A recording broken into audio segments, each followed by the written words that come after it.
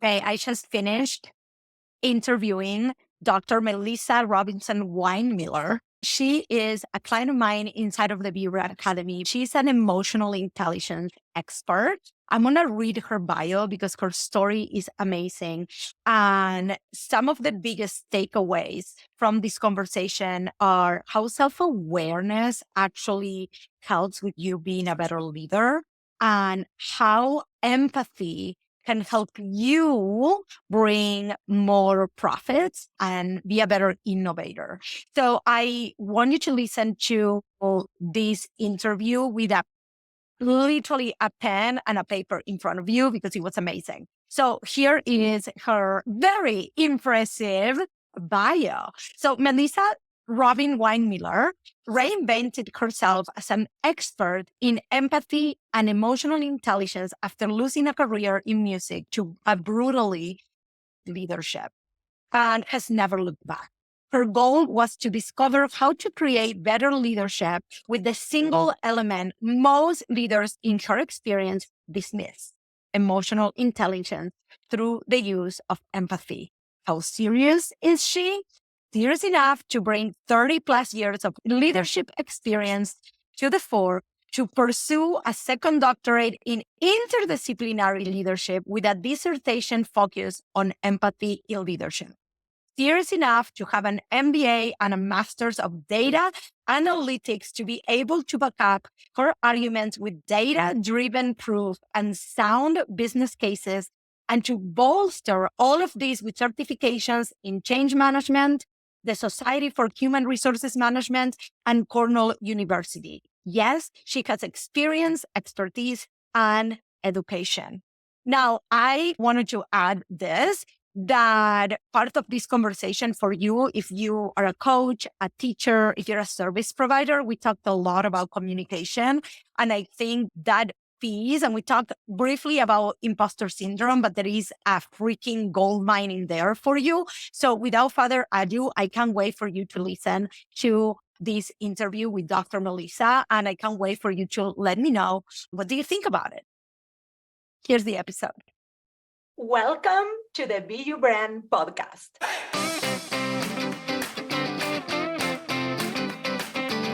I am your host, Ati Greenspan, and if you're looking to build $1 million personal brand, sell out your services, and do it all while living your best life and fulfilling your purpose, you've come to the right place. Hello, everybody, and welcome to the Be You Brand podcast. Welcome, Melissa. I want to start by letting you introduce yourself, and then we're going to talk about all this world of EQ, empathetic leader, all these amazing things that you bring to the table.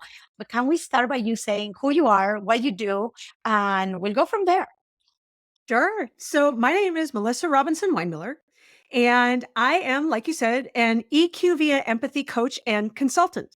So what I do is I teach specifically leaders, but also aspiring leaders, how to tap into their EQ skills so that they can actually use them through empathy to increase innovation, productivity, and profit. And I haven't met one yet that didn't like that last one especially. I've met one, right? Well, let's actually be real here. We all start businesses to make money. And I feel like through that journey is when we actually find our purpose. And I know you're going to tell your story in a minute, which is amazing, by the way. We are like, oh my God, I went through X, Y, and Z, and now I know I can help others. I can make money with this. And then through that, we find our purpose. So I am very familiar with your work and what you do because you're my client, but I want you to explain to people what is EQ via empathy?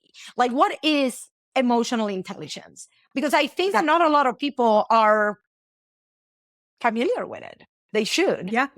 Yeah. No, I agree. And it gets thrown around a lot. So people don't necessarily understand what it really is. It's a super buzzy term. And a lot of people are like, oh, yes, I have EQ. But then you say, so what is it that you have? And they're like, well, I don't know, but I have EQ. What EQ really is, in a nutshell, is the ability to understand and control your emotions and to understand the emotions in others. And then you take this understanding and make it actionable, whether it's to use it to motivate, whether it's to use it for better communication, whether it's to use it for just helping the people around you and being able to grow a company.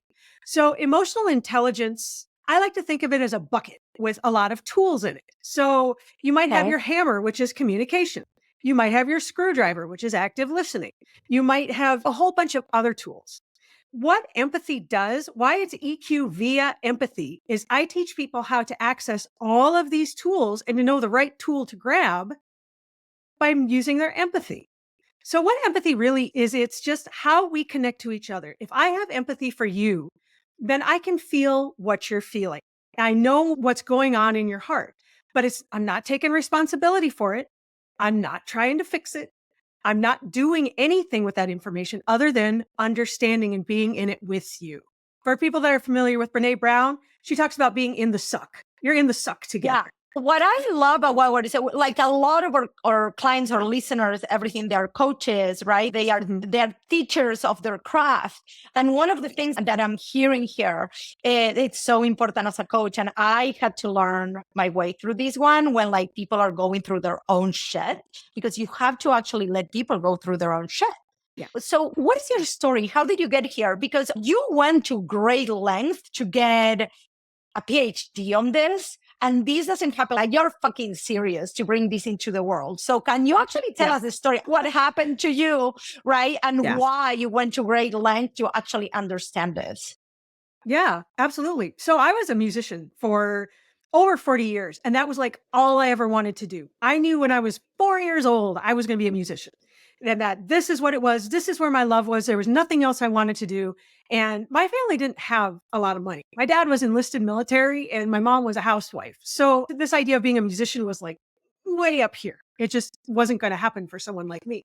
But I dug in and I put in the work and I believed that if I worked hard enough and diligently enough and just put my head down and did it, that I could do it. So I'm a French hornist. So I picked this orchestral instrument that enlisted military brats don't play. And I practiced a lot and I worked a lot and I worked really hard. I even got into Yale. And someone like me without money, you don't get into Yale. That doesn't happen. It really is the American dream that if you work hard enough, you can achieve. But that's the kind of work I put in. While everybody else was out partying, I was practicing, I was studying, I was working. So I went all the way through. I soloed in Europe. I played on Broadway. I did all this stuff. I built this huge dossier of all the stuff that I did. And I went and got my first doctorate. And I'm like, okay, I've got my doctorate. Now I'm going to go to the university because university professors, every university might have a music program. They'll have 60 business professors. They have one French horn professor if they have one. So that means there's only 5 open in North America in a year. You're watching the obituaries to wait for somebody to die to apply for their spot. And I managed to That's get one. crazy. Yeah, I managed to land it. I worked hard enough that I was able to land it. And I was so excited. And I was moving west and I was doing all the stuff I wanted to do. I'd achieved this massive dream. And within 3 months of being there, I was assaulted by one of my colleagues. Oh, wow. Yeah, pushed up Assaulted, against the sexually wall. assaulted? Yeah, Sexually yeah, assaulted or wow. physical assault. Yeah, yeah, Okay. What happened yeah. next?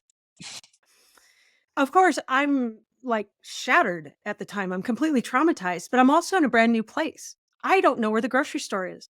I'm still trying to figure out where to get my hair cut. I moved across the country for this. So I go to the guy who's our boss and I say, look, this happened. I don't know what to do with this information. This person is someone I have to work with every single day. His office is next to mine. He knew when I came and went, he knew what was going on. And my boss said, as a junior female faculty member, if you start stirring up trouble this early, you're never going to get promoted and your career is dead in the water. Wow. When I went to his boss, I was told if I didn't like it there, I could just leave. All of this work went into getting me there. Where else am I going to go? There isn't another French horn professorship. What am I supposed to do? And music is the art. So it's something you do because you love it. It's not something you do because you're going to get buckets of money. I had just made this huge cross country move. There wasn't resources. There wasn't anything like that. So I started trying to climb through the university and say, look, this is wrong. This is really wrong. This is a problem. But I just kept getting doors shut in my face and I couldn't figure out why. Because this was before Me Too. This was before any of that. And I just couldn't believe that this academic institution, people go into academia because they love what they're doing. This is supposed to be a safe Yeah. place to study and learn and be with other people that are like minded. And I just couldn't believe it was happening. But what I discovered through this is that the two people in the beginning, the guy who assaulted me and our boss, there was definitely some really bad maladaptive, what they would call maladaptive personality traits. I think there was really some badness there. But the other people in the university, it wasn't that they were bad. It wasn't that they were evil. They weren't malicious, but they could not relate to what I was saying. Either they didn't Yeah. believe it was happening, or there were people that outright just thought I was lying because I was going to stir up trouble and get a lawsuit or something. There was people that just couldn't believe it was happening there. And there were people that were just so overworked and overwhelmed that they just couldn't connect. And I think there were people that were scared too, because if it could happen to me, why couldn't it happen to them?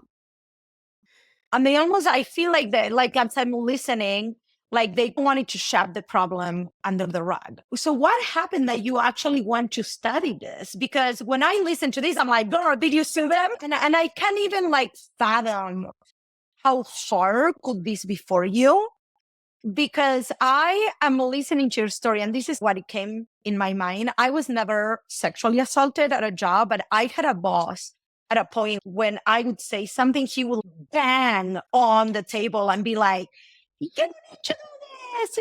And and I was so traumatized by this person.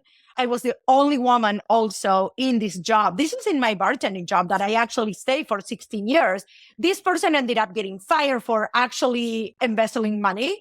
But it just happened that by the time like I was ready to move and say something, like this happened and he was out. But the moment you started telling this story, I'm like, this happens in so many organizations. Yes. What happened to you that you actually turned and were like, I want to learn about this? Because you took something that was really bad and you actually are creating something that is really good. I am now, but it took a long time. I actually did what I was told and kept my mouth shut, which is the dumbest thing I could have possibly done. But with all of this pre-work going into this, 35, 40 years of work to get this job, I just couldn't make peace with losing it. It Okay, so was. at what point did you actually decided to go into study emotional intelligence and understanding that the problem of what you went through was actually empathy, lack of empathy? It took about 13 years from when this assault happened until I started studying. Because so I stayed in Portland for 7 years. And then after that, I spun my wheels for another 6. I couldn't figure out what I was going to do. I couldn't figure out what had happened. And I just kept spinning and spinning and I just couldn't figure it out. And eventually I was like, But all you right, don't know what you don't know. right. Exactly. Precisely. Yes. And I couldn't make heads or tails of this. So we went through all this stuff and COVID was really hard for a lot of people. COVID was awful for a lot of people. But what COVID did do for me is it allowed me to stay in my house while I was working remotely and think and finally be able to say, what is the problem here? Where was the disconnect? What's going on? And I started going, okay, there was obviously a misconnection between human beings. What's this misconnection? Why these people couldn't they relate to me? Why couldn't I relate to them? Where is this thing where everything went in different directions?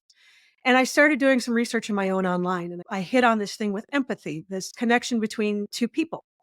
And then I started digging around and I'm like, okay, so what do I do? Because when I lost my music career, I lost everything. There's no other skills. There's nothing. I was doing, my husband and I did some consulting for a while and I was picking up secretarial stuff to be able to have benefits. Why did But you lose your career? Is it because of COVID? Like when all this happened, did you lose your career? Because you stay there for 13 years. So you stay at the university for 13 years. You still work at that place, correct? for 7 years. Yeah. Yeah. So what happened? Was it COVID that actually brought all this up or like what happened? So finally, at the end of those 7 years, I couldn't take it anymore and I had to leave. It was just like, that's it. I've got to move. I've got to leave this place. I've got to go. And because there's so few French horn professorships, I applied for all of them that were open, like all 5 of them in a year. But Yeah, there's a lot of there people is that want nothing. those jobs. And just no matter how hard I tried, I just couldn't land another Well, one. literally, you were just waiting for somebody to die to get those jobs. Yeah. You started And doing research. yeah. And they were when I left, it was not under great terms. So, they did smear me and smear my career. So that it was all I could do to leave. So I came back to the Midwest because that's where my dad was at, and he was sick. He had actually fallen off his deck and broken his neck. So I came back Oh here my to help goodness. him. I ended up trying to just work jobs, and my husband and I did the consulting, and we did all of this, but I was just running. I wasn't actually facing what had happened. I was just in constant movement trying to avoid it. When COVID happened, I didn't have a choice. I had to slow down and stop and say, all right, I can't live with me like this anymore. I can't be like this anymore. It's eating me alive. What can I do?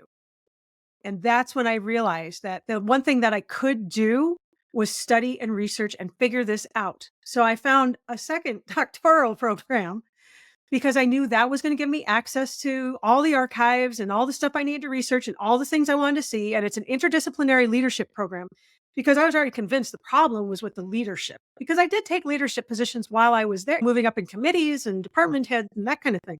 So I was like, the leadership is where I've got to go. I can do this interdisciplinary leadership doctorate and I can dig in on empathy and leadership, which is what I'm doing my dissertation on, because I'm like, That's there's amazing. a zillion people out there talking about EQ and empathy, but I haven't seen anybody put the two together like this. And I haven't seen anybody put in that kind of research. I love this. Okay. I'm actually going a little bit off script of the questions because you answer a lot of the questions, like what is empathy? Why are you doing what you're doing? Like it's just so juicy.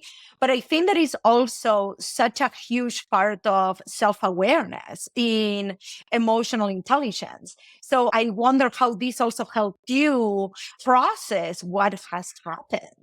That's actually a really huge one. And that's a fantastic question, because that's the first step to gaining emotional intelligence is self-awareness. I tell people you can't have empathy for other people if you don't first have it for yourself. You can't have Yeah. compassion for other people if you can't first show it to yourself. And I wasn't. I was just beating myself into the ground over this, trying to figure out what I did.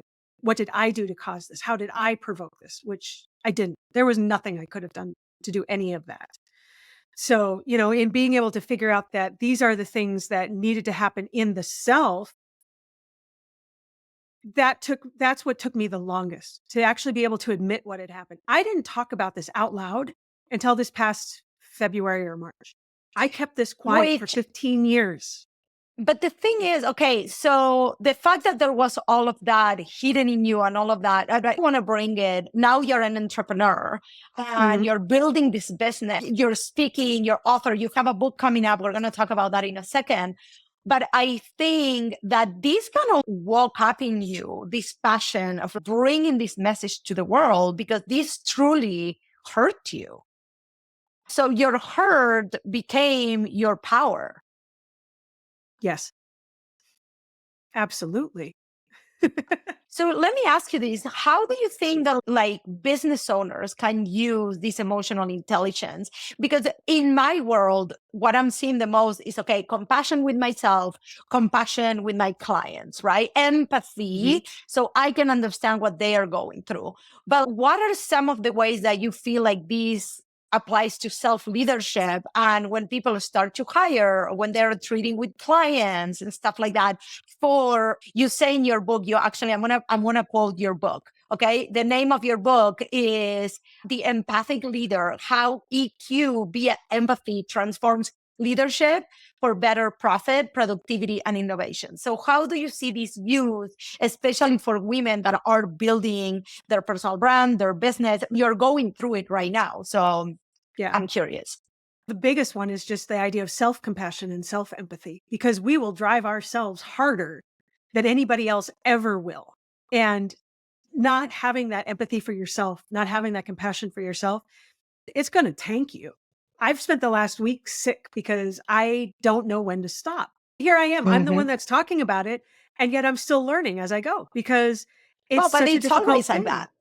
Yeah, Well, I especially for women. actually think that let's do a parenthesis there because I think that it's so easy for us to also have imposter syndrome when we are a authority or we know a lot about something, but we have a hard time applying it to ourselves, right? Hmm. But that's just how it goes. That's why people have mentors. Yes. To be able to like discuss and all of this, I have a question that I would love for you to answer for me. What is the gray area between empathy and also feeling pity for ourselves? To be like, oh, I don't know. I don't know if I can do it. I feel like there is a lot of that also in academics, in a lot of the Hmm. universities going on, where there is a moment where you have to do the work. So what, as an expert, where empathy ends, compassion ends, and the pushing the tushy comes in? First of all, so the difference between like empathy and this whole, oh, I'm an imposter and I feel this, the thing that separates those things is judgment. If you have Mm. empathy, you're just there in the feeling and you just understand, you're in the suck. You understand the suck. The second you start putting judgment to that, I'm not getting enough done. I'm not working hard enough. I don't have the right degrees. I don't have the right this. I don't have the right This is gold. judgment. Judgment is the killer. And we do it to This is ourselves. gold, gold, gold. If I'm going to tell you, for the people that are listening, if they only get this out of this, they're going home with a bucket load of gold. Because the moment they can start discerning, oh, I'm judging myself, now they're not having empathy to themselves. Did I get it right? Exactly. Yep. I love this. Okay, so I want to shift the conversation a little bit and I want to talk about leadership, profits, and innovation. You Yes. have the book coming up. I just quoted, but I'm gonna say the name again so people can be on the lookout for it. When is the book coming out? The pre-order is already out. It will be out Oh, officially in I know. I September. pre-ordered So mine. yes, you did. I You're like my pre-ordered second mine. person. I can't wait. Okay, so pre-order, we'll put the link to the pre-order on the show notes to the Empathic Leader, how emotional intelligence, EQ, via empathy transform leadership for better profit, productivity, and innovation. Tell me how actually EQ is actually influencing specifically profit, innovation, all of that. Yeah, absolutely. So there was a study, a really big one that came out by Ernst and Young in 2021. And they're one of the top 4 international consulting firms. It's like Ernst and Young, Deloitte, and 2 others that I can't think of right now. But they're big international firms. And what they looked at specifically was empathy in the workplace post COVID. And they interviewed leaders, they interviewed middle leaders, they interviewed employees, they talked to all of these people. And what they found is that empathy. So the quote from their vice president is that empathy is the glue and accelerant for business leading into the future. And the actual numbers they found is that by using empathy correctly, actionably, not just having it, but using it, you could increase innovation by 87%, productivity by 88%, and profit by 84%. It's just crazy. So what is the practical application of this? So how is this apply on the workplace? What are Mhm. is it, because you talk about some of the tools, would you like go into that a little bit? Yeah, because that's precisely what it is. So if I'm connecting to you on a human to human level, now I understand where you're at. I understand what's going on. And the thing is, people get this weird idea that empathy is like this soft thing and it's all puppies and rainbows and unicorns. And it's not. I'm talking about a hard skill that you use in business for profit. So now I'm using this skill. I've connected to you as a person. Now I can start to understand what you need and how I can actually drive your productivity, drive your innovation. I can go into my bucket of emotional intelligence tools, and I know that what I need is a hammer and not a chisel. A lot of these leaders have emotional intelligence, but they don't know how to use it to be able to drive better Well, business. and because I feel like emotional intelligence, like I please correct me if I'm wrong, okay? Because I'm not Mhm. an expert at this. I just feel like I'm really good with soft skills, and I read a lot of leadership books, but I don't like that, not an expert. I feel Mhm. like if you're a good person, you innately have empathy, especially in the coaching business or whatever. Like you went through something and you're like, even me, we like all of you, like I have been where you guys are when you're first starting to build your personal brand. And then from there to be able to use that in your advantage, that's where you need the tool, like the listening or the being able, without you becoming like maybe best friends with this person or having to have a personal relationship, which actually can be how do you say, what is the word I'm looking for? To actually getting the results, because people get too close together and now you can get a result, right? So what are some of these tools that people can research, or they can get the book and actually go read into it, that either with their clients, with their teams, all of that? So one of the biggest ones that I really dig in on is communication, because communication, number one, it's yet another one of those buzzwords, but there was another one of these studies done that showed that bad communication costs companies 7.34 hours per employee per week, which means that just because they can't communicate well, it's like saying take Friday off. That, or because they're bickering after. Yes. That's just how it is. Oh, I had a conversation with so-and-so, the boss or whatever, and now they're turning around and they're creating problems, and that creates all these other issues. Yes. Yes, exactly. There's a whole bunch of facets to this. This meeting could have been an email, the whole not listening, but instead waiting to be the next one to talk, that sort of thing. So let's go listening. a little micro. Let's go micro. Actually, that's where I go with. So communication, one technique, active listening.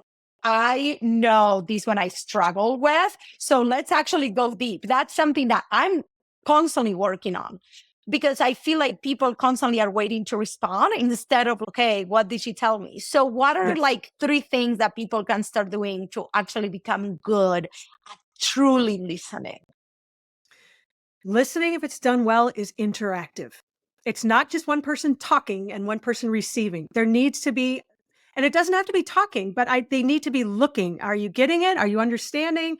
Are you checking out? Do you have this look like, I'm not real sure what I'm supposed to do with this information? It has got to be interactive. It has got to be participatory, which means that if you're in this room, and whether you're a listener or a speaker, you have got to be participating. If we're talking, I want you to look at me and go, so that I know you've got it, or I want you to go, so that I know you're not picking up on what's going on. Either way, if both of us are not in this together, if it's not interactive and participatory, then it's not communication. It's just noise. And we have enough noise in the world as it is.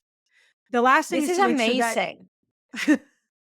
Because the truth is that this can, like, the fact that, like, when we think of active listening, we're just thinking of ourselves. Okay, I need to become a better listener, right? Or I need to become, but the truth is that active listening is also the person that speaks to make sure that their thing is coming across. It's just, do you remember the old radio stations with the big towers and the FM AM thing?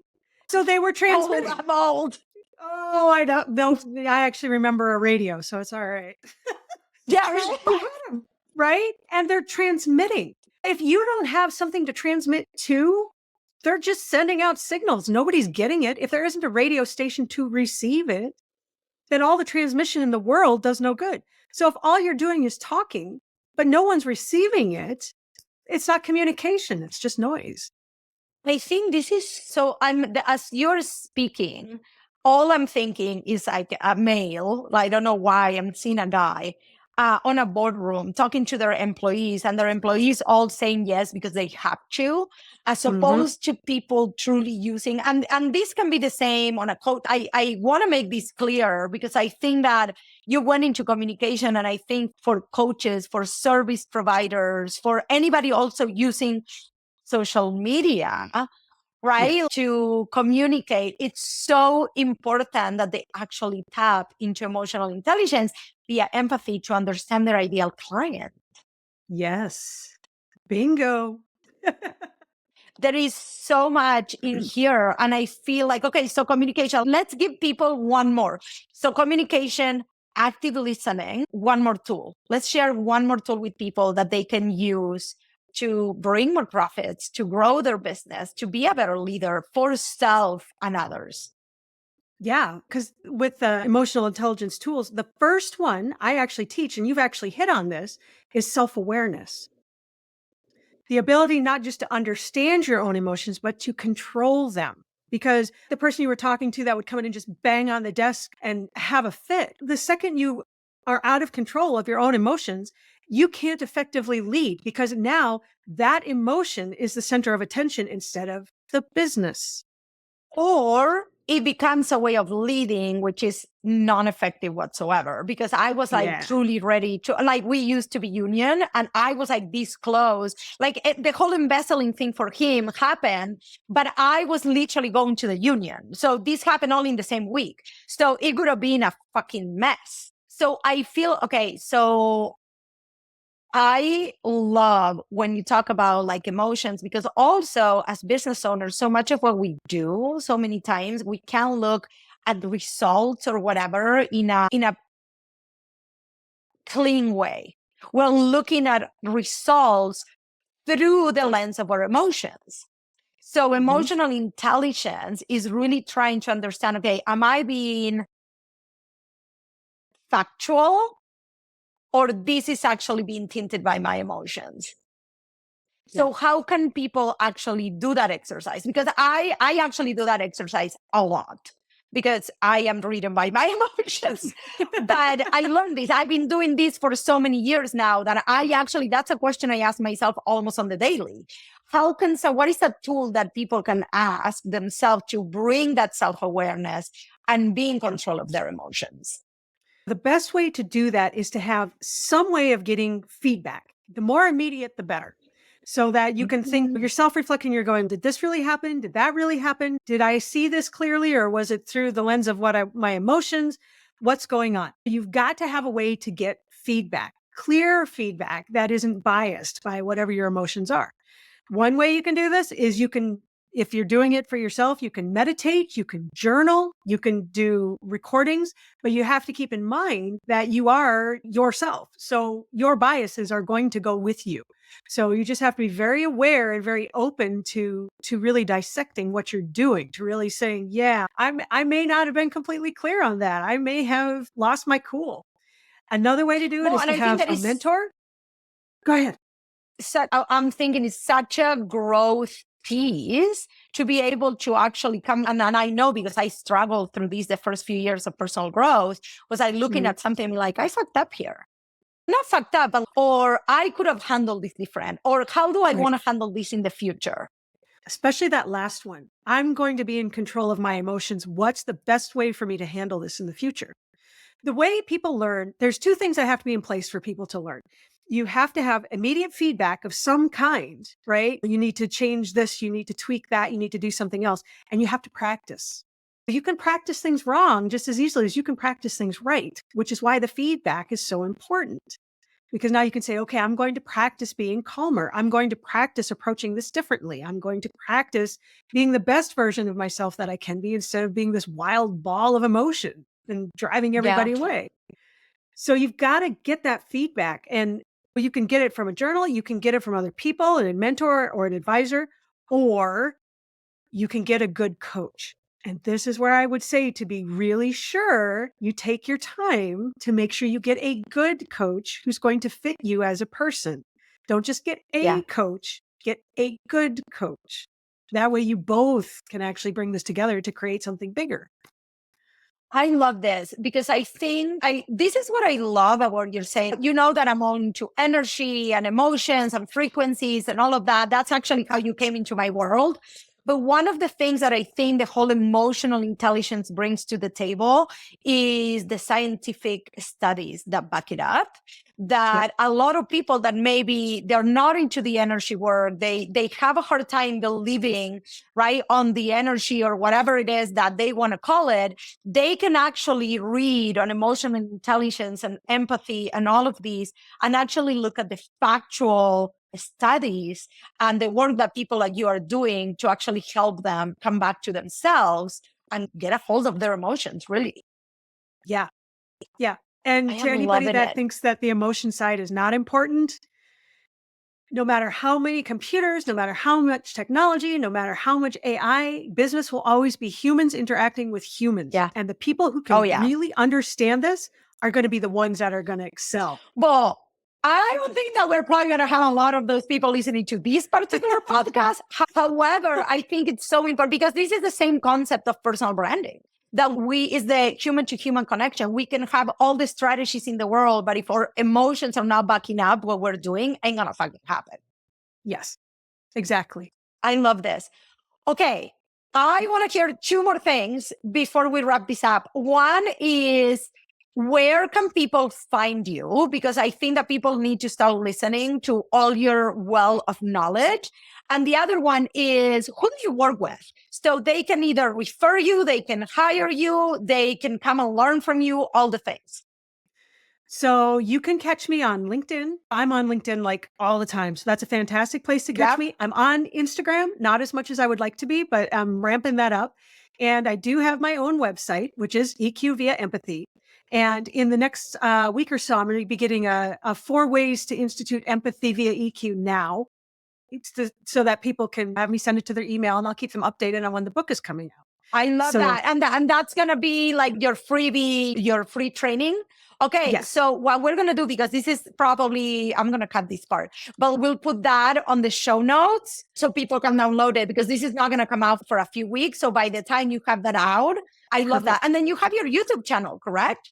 Yes. Yes. That's my playground. That's where I get to, because it's one thing to learn and read and do all this, but until you can teach a concept, you don't really have it. So that's where I get to play with this stuff and actually teach it and figure out how it all goes together. So like the more the merrier, and the more people in the conversation, the better.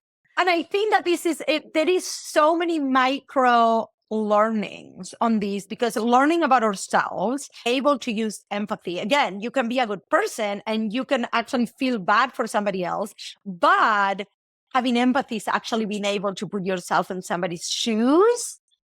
That takes practice. And I feel like there is so many nuances. And I actually went and look at your website this morning because I was getting ready for the interview.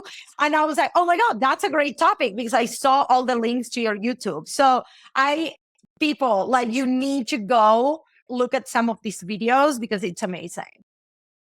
Thank you. I'm excited because that's where I get to play. So that's where I have fun. Yes, I love it. This was fire. Thank you. Thank you. Thank you for everything. Thank you for being in my world. Thank you for being in View Brand. And thank you for coming to the podcast and enlighten us with all these like emotional intelligence talk that is around, but actually bringing down to how we can use it. Absolutely. It's my business. It's what I do.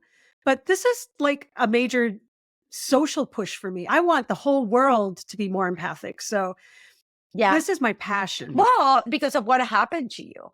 And I have one last question that I ask all of my guests, and is, what does it mean to you to be you in your brand?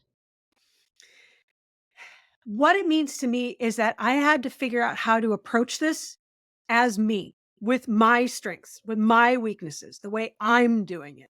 Because this is something no one's ever done before. So I have to be absolutely 100% me. And that means that I'm always going to be a nerd. I'm always going to be the one who studies. I'm always going to be the one that finds the statistics. But that's what I do. And that's authentically me. Yeah. I love that. I love that. Thank you. Thank you. Thank you. Thank you. I love you. And I can't wait for this episode to come out. Fantastic. Don't hang up. Don't hang up.